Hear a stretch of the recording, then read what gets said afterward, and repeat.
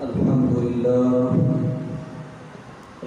لله رب العالمين والعاقبة للمتقين والصلاة والسلام على سيد الأنبياء والمرسلين أما بعد فأعوذ بالله من الشيطان الرجيم بسم الله الرحمن الرحيم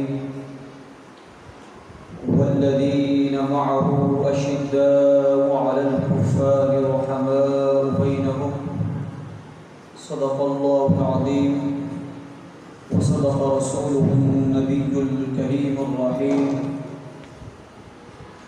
بلغ العلا بكماله كشف الدجى بجماله حسنت جميع خصاله صلوا عليه وآله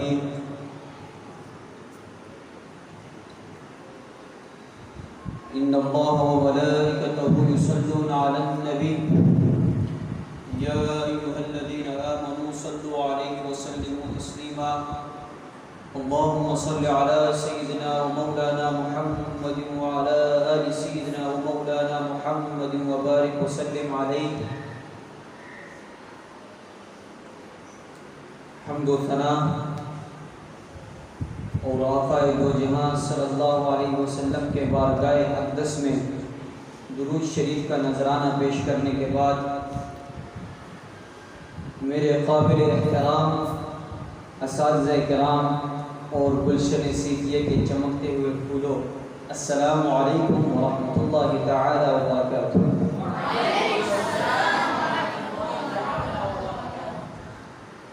آج مجھے جس موضوع پر لب کشائی کرنے کا موقع ملا ہے وہ ہے خلیفہ دوم حضرت عمر بن خطاب رضی اللہ تعالی عنہ کی شان۔ اللہ تعالیٰ قرآن شریف میں فرماتا ہے والذین معه اشداء علی الکفار رحماء بینہم، اور ان کے ساتھ والے کافروں پر سخت ہیں۔ کون؟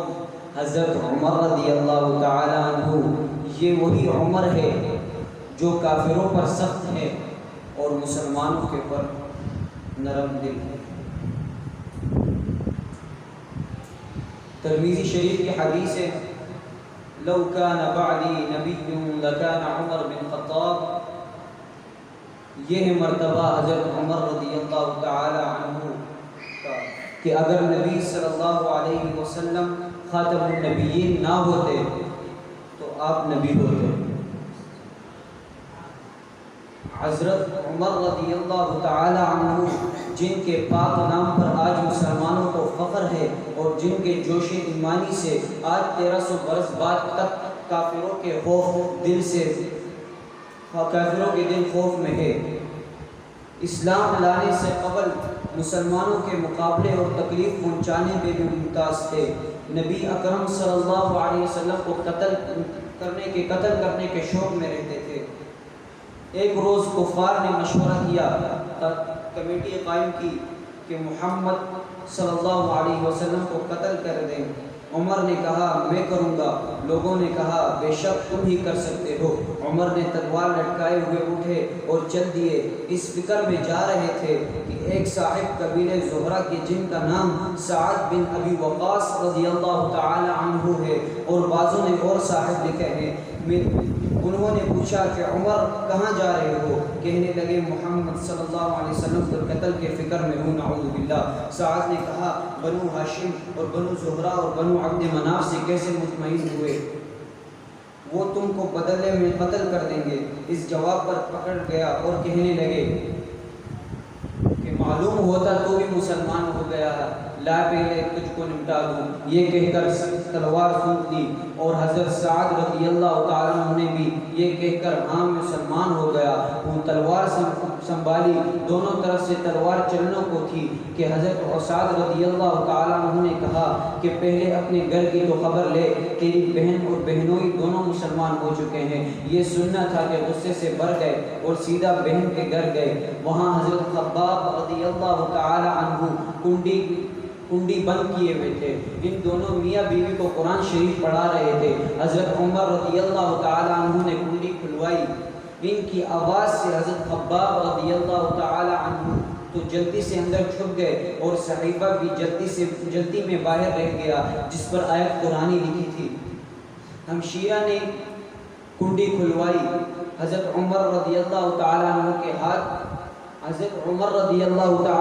کے ہاتھ میں کوئی چیز تھی جس کو بہن کے سر پر مارا، جس سے سر خون بہنے لگا، اور کہا کہ اپنی جان کے دشمن تو بھی مسلمان ہو گئی۔ اس کے بعد گھر میں آیا اور پوچھا کیا کر رہے تھے، یہ آواز کس کی تھی؟ بہنوئی نے کہا کہ بات چیت کر رہے تھے۔ کہنے لگے کیا تم نے اپنے دین کو چھوڑ کر دوسرا دین اختیار کر لیا؟ بہنوئی نے کہا اگر دوسرا دین حق ہو تب یہ سننا تھا کہ داڑھی پکڑ کر کھینچی اور بے تحاشا ٹوٹ پڑے اور زمین پر گرا کر پھونک مارا۔ بہن نے چھڑانے کی کوشش کی تو ان کے منہ پر زور سے تھپڑ مارا، اتنا زور سے تھپڑ مارا کہ خون نکل آیا۔ وہ بھی آخر عمر رضی اللہ تعالیٰ عنہ کی بہن تھی۔ کہنے لگی کہ عمر رضی اللہ تعالیٰ عنہ ہم کو اس وجہ سے مارا جاتا ہے کہ ہم مسلمان ہو گئے، بے شک ہم مسلمان ہو گئے، جو تجھ سے ہو سکے کر لے۔ اس کے بعد عمر رضی اللہ تعالیٰ کی نگاہیں اس صحیفے پر پڑی جو جلدی میں باہر رہ گیا تھا، اور غصے کا جوش بھی اس مار پیٹ سے کم ہو گیا تھا، اور بہن کے اس طرح خون میں بھر جانے سے شرم سی آ رہی تھی۔ کہنے لگے کہ اچھا دکھلاؤ یہ کیا ہے؟ بہن نے کہا کہ تو ناپاک ہے اور اس کو ناپاک ہاتھ نہیں لگا سکتے۔ ہر چند اصرار کیا مگر بے غسل اور غسل کے دینے کو تیار نہ ہوئی۔ حضرت عمر رضی اللہ تعالیٰ عنہ غسل کیا اور اس کو کھول کر پڑھا۔ اس میں سورہ طٰہٰ لکھی ہوئی تھی، اس کو پڑھنا شروع کیا اور اننی انا اللہ لا الہ الا انا فاعبدنی واقم الصلاۃ لذکری تک پڑھا تاکہ حالت بدل گئی۔ کہنے لگے اچھا مجھے محمد صلی اللہ علیہ وسلم کے خدمت میں لے چلو۔ یہ الفاظ سن کر حضرت خباب رضی اللہ تعالیٰ عنہ اندر سے باہر نکلے اور کہا اے عمر تجھ کو خوشخبری دیتا ہوں کہ کل شب روز حضور اقدس صلی اللہ علیہ وسلم نے دعا مانگی تھی کہ یا اللہ عمر اور ابو جہل میں تجھے زیادہ پسند ہو، اس سے اسلام کو قوت عطا فرما۔ یہ دونوں قوت میں مشہور تھے۔ معلوم ہوتا کہ حضرت حضور کی دعا تمہارے حق میں قبول ہو گئی۔ اس کے بعد حضور کی خدمت میں حاضر ہوئے اور جمعہ کی صبح کو مسلمان ہوئے۔ ان کا مسلمان ہونا تھا کہ کفار پست ہونا شروع ہو گئے، مگر پھر بھی یہ نہایت مختصر جماعت تھی اور سارا مکہ بلکہ سارا عرب اس لیے بھی جوش پیدا ہوا اور جلسے کے کر کے مشورے کر کے ان کا حضرات کو ناپید کرنے کی کوشش ہوتی تھی اور اس طرح کی تدبیریں کی جاتی تھی۔ تاہم اتنا ضرور ہوا کہ مسلمان مکے کے مسجد میں نماز پڑھنے لگے۔ حضرت عبداللہ بن مسعود رضی اللہ تعالی عنہ فرماتے ہیں کہ عمر کا اسلام لانا مسلمانوں کی فتح تھی اور ان کی ہجرت مسلمانوں کی مدد تھی اور ان کا خلافت رحمت تھی۔ اللہ تعالیٰ سے دعا ہے اللہ تعالیٰ ہمیں حق پر چلنے کی توفیق عطا فرمائے۔